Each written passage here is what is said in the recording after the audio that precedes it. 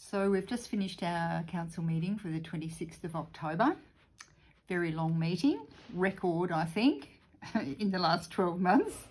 So I just wanted to go through very quickly the main issues that council dealt with. We had a petition from the community in Paynesville. People will probably know that there's a big project down there called the Progress Jetty in Paynesville, and there was a petition from some people to retain and increase the car parking down there. So that was accepted by council and will be responded to by our officers. We had two notices of motion. One was around the sealing of Power Station Road, and that was supported by the majority of councillors once the strategic rationale was established. The second one was around support for net zero emissions target. So that was around writing to the Prime Minister, who's heading off to Glasgow very shortly, and asking for strong targets to be set on behalf of Australia. Some good speeches, I have to say, about that one.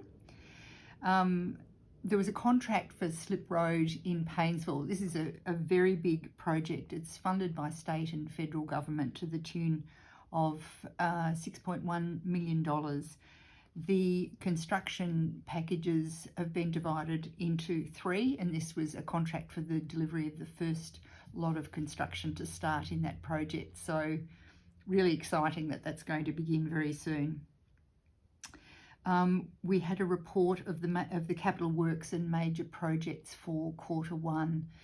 People may know that we've got a huge capital budget that we're striving to deliver in this 12 months. $94 million was revised. There was a revised forecast of $93.75 million, but an enormous budget there and lots of projects to be delivered. Obviously, there are challenges in delivering projects these days, challenges with supply chain issues and with the COVID restrictions and not being able to progress some construction activities. That's going to be a real a challenge. But that first quarter report was very good, indicating that approximately 30% of the budget had been delivered in the first quarter. So really good outcome.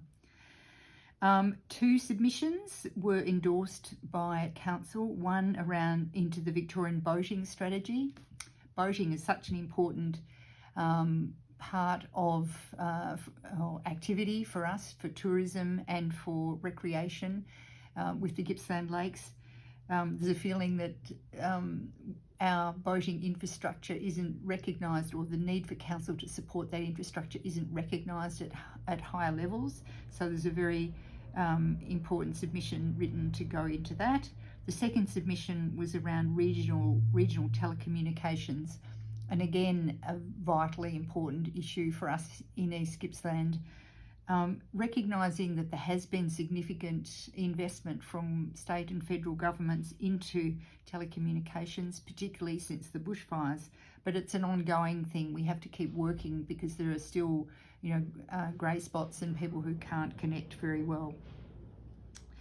So those two. We looked at a new event growth action plan